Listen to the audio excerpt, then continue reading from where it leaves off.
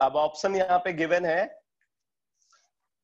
First option 144, second option 28, third option 100, fourth option 140।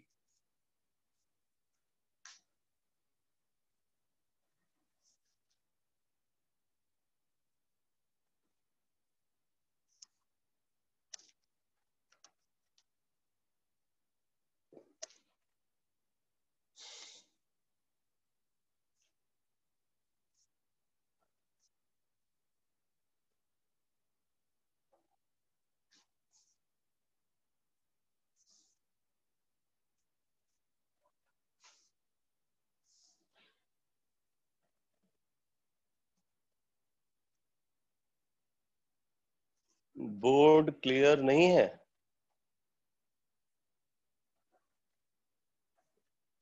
मुझे तो clear लग रहा है आगम।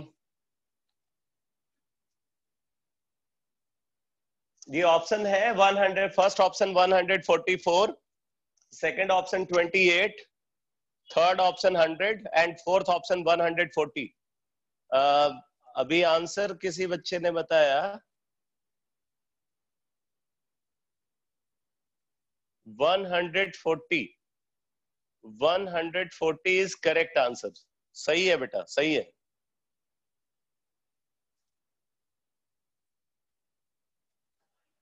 क्वेश्चन मैं फिर से रिपीट कर देता हूं। क्वेश्चन में गिवन है if 20% nitrogen is present inside a compound then its molecular weight will be, then its molecular weight will be। Option है 144, first option, second option 28, third option 100, fourth option 140। तो देखो यहाँ पे नाइट्रोजन का percentage by mass तो given है, but nitrogen के number of atom नहीं गिवन है।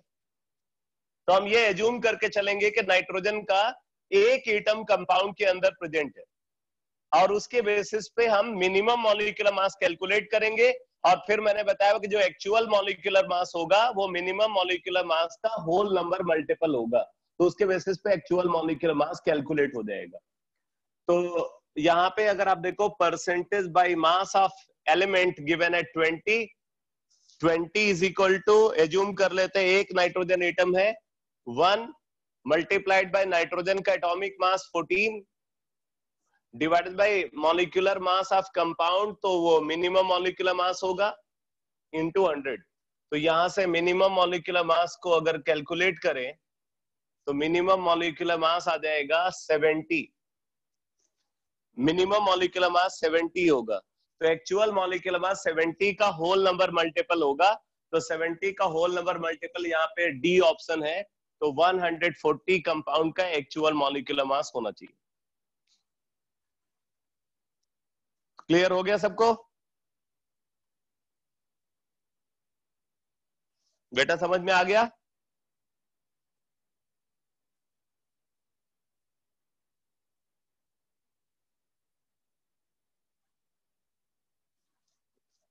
इतना स्लो रिस्पांस क्यों दे रहे हो?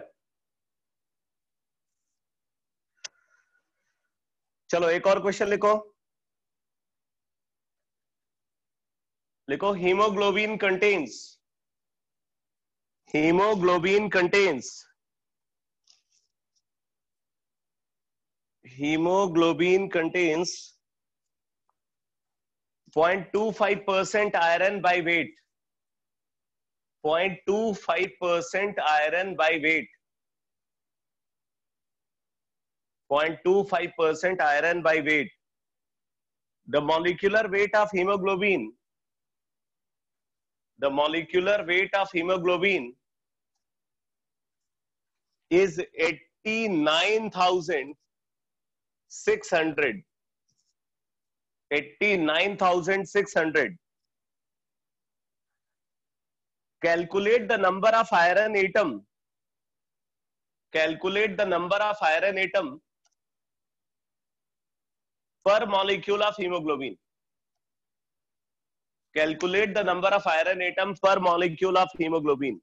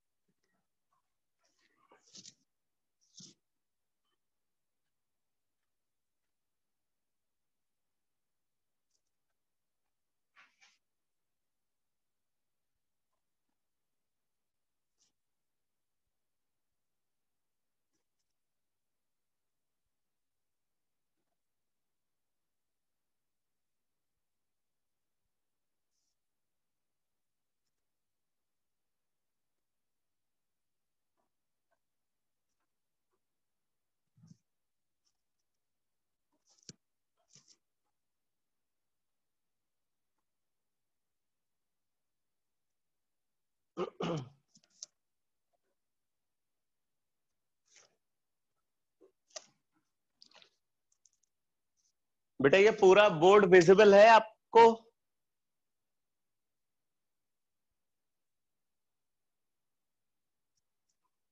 ये कंप्लीट बोर्ड विजिबल है सबको?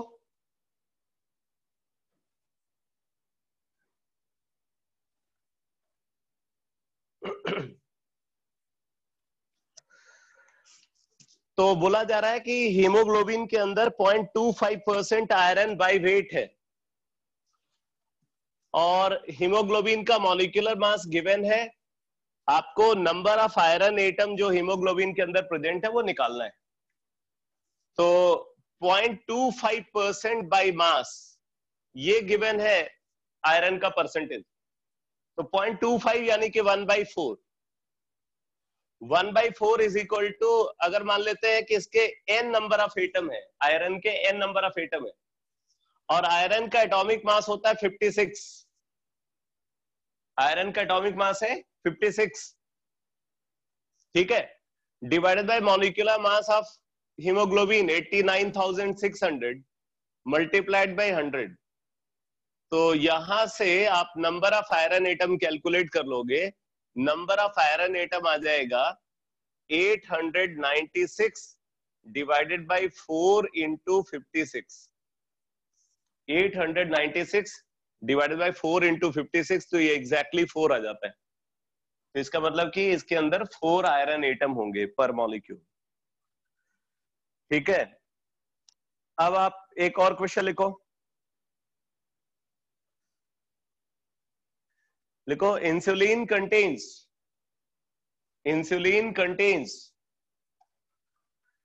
3.4% sulfur. Insulin contains 3.4% sulfur. Calculate minimum molecular weight of insulin. Calculate minimum molecular weight of insulin.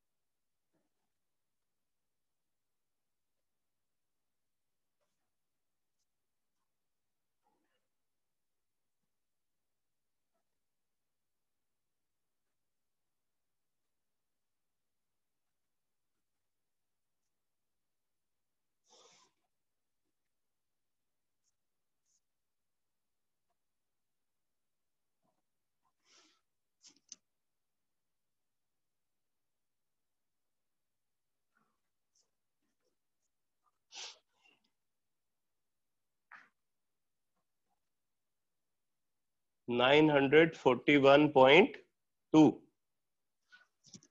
941.2.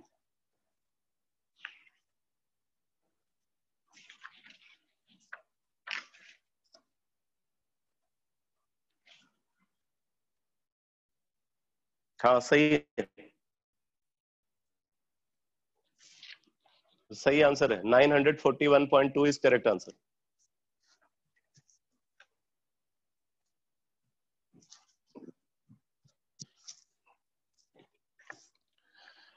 बेटा देखो यहाँ पे सल्फर का परसेंटेज बाय मास गिवन है, बट सल्फर के नंबर ऑफ एटम नहीं गिवन है, इसीलिए मिनिमम मॉलिक्यूलर वेट ही कैलकुलेट किया जा सकता है। तो हमने एक एटम सल्फर का एज्यूम कर लिया। तो 1 multiplied by atomic mass of sulphur, atomic mass of sulphur हो जाएगा 32 divided by minimum molecular mass of insulin multiplied by 100। तो minimum molecular mass is equal to 32 into 100 upon 3.4 तो ये सॉल्व करके आ जाता है 941.2।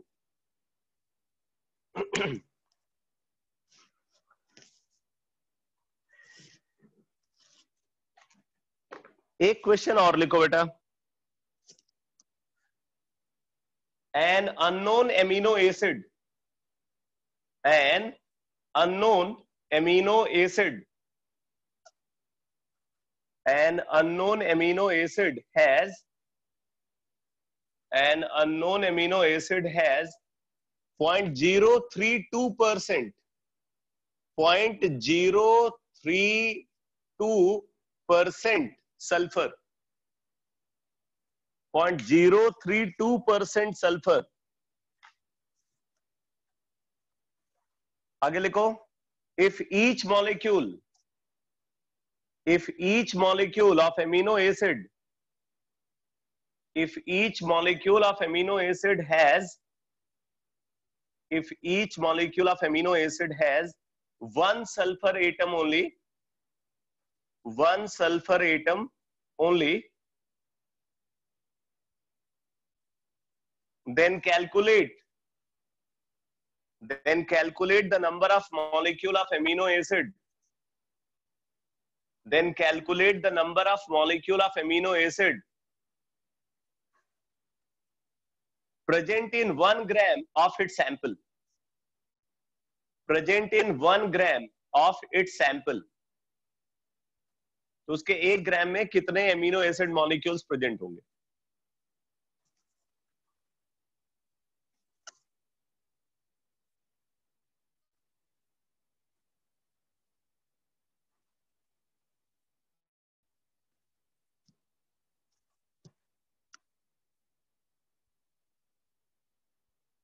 बेटा मैं एक बार अभी इसको रिकनेक्ट कर रहा हूं, आप लोग इस क्वेश्चन को सॉल्व करो।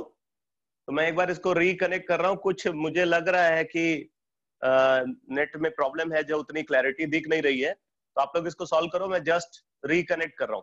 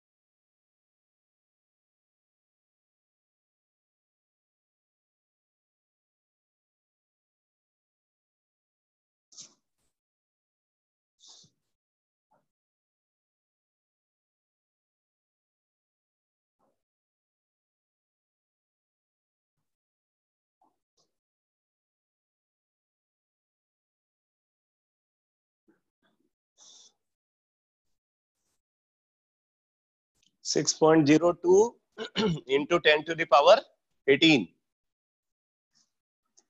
6.02 into 10 power 18.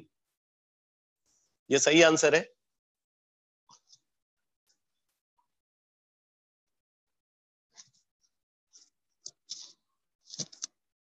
ये सही आंसर है। तो यहाँ पे बोला जा रहा है कि एक एमिनो एसिड है जिसके अंदर सल्फर का परसेंटेज बाय मास 0.032 है, और साथ में ये भी बोल रहे हैं कि उस एमिनो एसिड के अंदर एक सल्फर एटम प्रेजेंट है। एमिनो एसिड के अंदर सिर्फ एक सल्फर एटम प्रेजेंट है। तो पूछा जा रहा है कि अगर एमिनो एसिड का 1 ग्राम को कंसीडर करें तो उसमें कितने मॉलिक्यूल्स प्रेजेंट होंगे। ठीक है, 1 ग्राम में कितने मॉलिक्यूल्स प्रेजेंट होंगे। अब जरा देखो कैसे सॉल्व करेंगे। पहले तो हमें उसका मॉलिक्यूलर मास निकालना पड़ेगा एमिनो एसिड का। तो मॉलिक्यूलर मास कैसे निकालोगे? Percentage by mass of sulphur 0.032 is equal to number of atom of sulfur in one molecule, one given है प्रॉब्लम में, multiplied by atomic mass of sulfur 32 divided by molecular mass of compound into 100। तो यहां से molecular mass of amino acid को अगर consider करें तो ये आ गया, ये सॉल्व करके आ जाता है 10 to the power 5। Amino acid का मॉलिक्यूलर मास कितना आ गया बेटा? 10 to the power 5 आ गया। ठीक है, तो molecular mass 10 to the power 5 आ गया। अब हम निकालेंगे एक ग्राम में कितने मॉलिक्यूल्स प्रेजेंट है। तो number of molecule of amino acid present, number of molecule of amino acid present, तो उसके लिए हम पहले इसका नंबर ऑफ मोल निकालेंगे। तो नंबर ऑफ मोल कैसे आएगा? इसका 1 ग्राम है और इसका molecular mass 10 to the power 5 है। 1 ग्राम एमिनो एसिड का है और उसका मॉलिक्यूलर मास कितना है? 10 to the power 5। तो ये तो नंबर ऑफ मोल हो गया, मल्टीप्लाइड बाय एवोगैड्रो नंबर, ये नंबर ऑफ मॉलिक्यूल आ जाएगा। तो ये सॉल्व करके आ गया 6.02 into 10 to the power 18। तो आंसर है 6.02 into 10 to the power 18।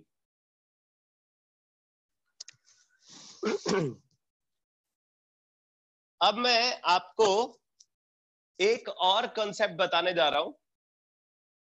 ठीक है, लिखो empirical and molecular formula.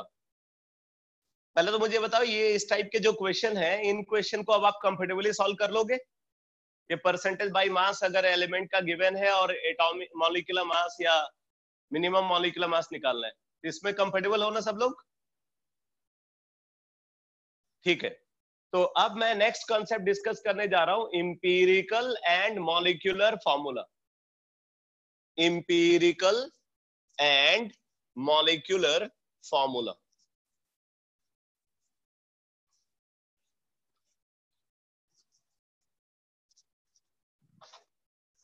empirical and molecular formula।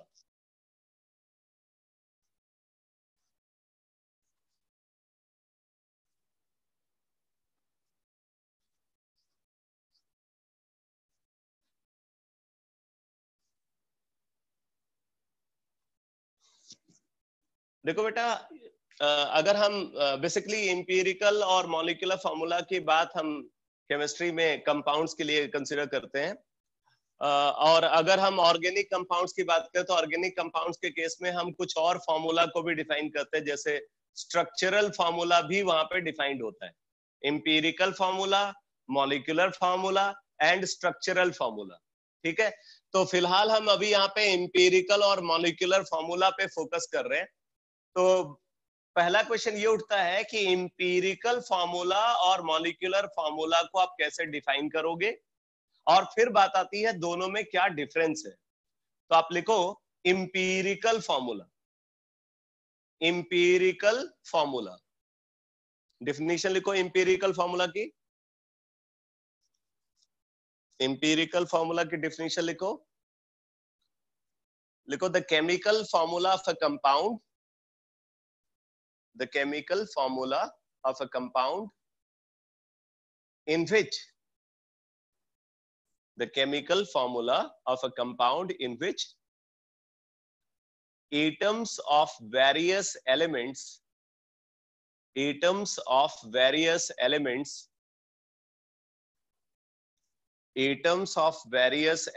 are present.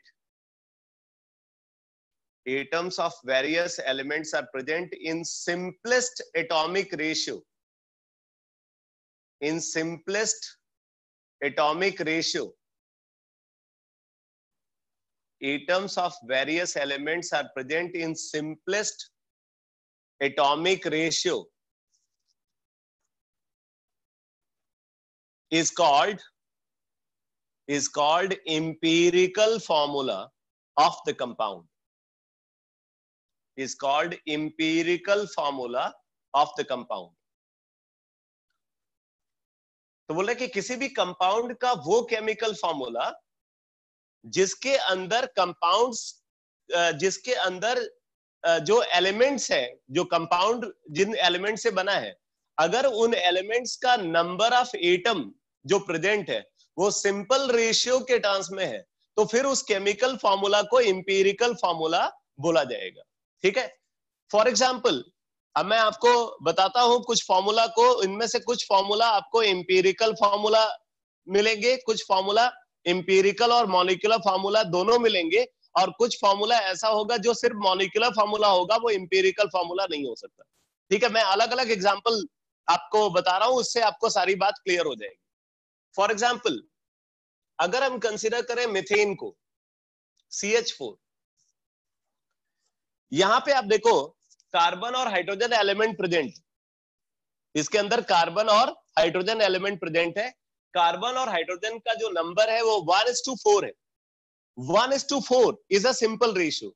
अच्छा, इसमें एक बात और ध्यान देना, सिंपल रेशियो उस रेशियो को बोला जाता है जहां पे जो नंबर्स है वो नंबर्स अदर देन वन किसी भी कॉमन नंबर से डिविजिबल नहीं है। नंबर्स अदर देन वन किसी भी कॉमन नंबर से डिविजिबल नहीं है। ठीक है, तो जैसे आप यहां पे देखो 1 और 4, ये सिर्फ 1 से तो दोनों डिविजिबल हो जाएंगे, लेकिन कोई और नंबर इनको डिवाइड नहीं कर सकता, इसलिए हम यहाँ पे एटॉमिक रेशियो को सिंपल रेशियो बोलेंगे। तो मीथेन के अंदर जो कार्बन और हाइड्रोजन का जो नंबर है वो सिंपल रेशियो के टर्म्स में है। तो ये जो केमिकल फॉर्मूला है इसको आप एम्पिरिकल फॉर्मूला भी बोलोगे, ये एम्पिरिकल फॉर्मूला भी है। बाकी आपको पता है कि मीथेन अपने आप में कंपाउंड है, इसका मतलब ये मॉलिक्यूलर फॉर्मूला भी है। Empirical formula and molecular formula both, ये एम्पिरिकल फॉर्मूला और मॉलिक्यूलर फॉर्मूला दोनों। ठीक है, अब जरा इसको देखो, K2Cr2O7, K2Cr2O7। अब अगर आप इस फॉर्मूला को देखो तो यहां पे पोटेशियम, क्रोमियम और ऑक्सीजन 3 एटम प्रेजेंट है, 3 एलिमेंट प्रेजेंट है। इनका एटॉमिक रेशियो देखो क्या है, 2:7। आप देखो अदर देन 1, ये किसी भी कॉमन नंबर से तीनों डिविजिबल नहीं है। ठीक है भाई, 2 से ये पोटेशियम का नंबर ऑफ एटम और क्रोमियम का नंबर ऑफ एटम तो डिवाइड हो जाएगा, बट ऑक्सीजन का नंबर ऑफ एटम डिवाइड नहीं हो पाएगा, इसलिए हम यहाँ पे जो एटॉमिक रेशियो उसको सिंपल रेशियो बोलेंगे। ठीक है, तो ये एम्पिरिकल फॉर्मूला भी है बेटा, और बाकी आपको पता है कि इस कंपाउंड को पोटेशियम डाइक्रोमेट बोलते हैं। पोटेशियम डाइक्रोमेट एक वेल नोन कंपाउंड है, मतलब ये एक मॉलिक्यूलर फॉर्मूला भी है। तो ये एम्पिरिकल और मॉलिक्यूलर फॉर्मूला दोनों है, K2Cr2O7। अब जरा इसको देखो, C2H6, यहां पे कार्बन और हाइड्रोजन का जो नंबर ऑफ एटम है, कार्बन का एटम कितना है 2, हाइड्रोजन का एटम क्या है 6। अब देखो 2 और 6 दोनों 2 से डिविजिबल है। मैंने बोला कि अगर नंबर अदर देन 1 किसी नंबर से डिविजिबल, कॉमन नंबर से डिविजिबल है, तो वो सिंपल रेशियो नहीं होगा। तो 2 और 6 क्योंकि ये 2 से डिविजिबल है, इसलिए एटम का रेशियो ये सिंपल रेशियो नहीं बोला जाएगा। और क्योंकि ये सिंपल रेशियो नहीं है, इसलिए आप इसको इंपीरिकल फॉर्मूला नहीं बोल सकते। ठीक है, तो ये मॉलिक्यूलर फॉर्मूला ही बोला जाएगा, इंपीरिकल फॉर्मूला नहीं होगा। तो मैंने लिखा हुआ मॉलिक्यूलर फॉर्मूला ओनली। तो इसको इथेन बोलते हैं। तो इथेन जो है वो C2H6 जो इसका फॉर्मूला है वो इंपीरिकल फॉर्मूला नहीं है, वो सिर्फ मॉलिक्यूलर फॉर्मूला है। ठीक है, अब जरा देखो इसको CH2O, CH2O। अब देखो CH2O, यहां पे कार्बन, हाइड्रोजन और ऑक्सीजन, इसके अंदर 3 एलिमेंट प्रेजेंट है, कार्बन है, हाइड्रोजन है और ऑक्सीजन। इनके एटम्स का रेशियो देखो क्या है, 1:2:1, 1:2:1। ये अदर देन 1 किसी भी कॉमन नंबर से डिविजिबल नहीं है, इसलिए ये सिंपल रेशियो के टर्म्स में प्रेजेंट। तो ऑब्वियसली ये एम्पिरिकल फॉर्मूला है। और आपको बता दूं कि CH2O ये इस कंपाउंड का मॉलिक्यूलर फॉर्मूला भी है। ये कंपाउंड HCHO, HCHO इसको बोलते हैं बेटा फॉर्मल्डिहाइड या मेथेनल, IUPAC नेम है इसका। ठीक है, तो इस कंपाउंड का ये केमिकल फॉर्मूला है, तो मतलब ये मॉलिक्यूलर फॉर्मूला भी है और ये एम्पिरिकल फॉर्मूला भी है। तो CH2O is empirical formula and molecular formula both। ठीक है, आप जरा देखो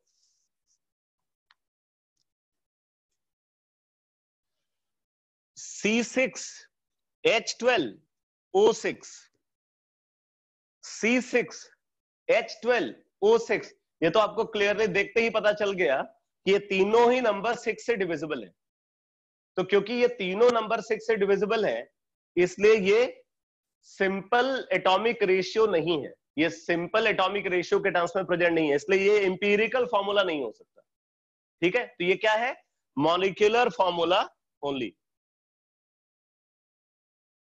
ये सिर्फ मॉलिक्यूलर फॉर्मूला होगा।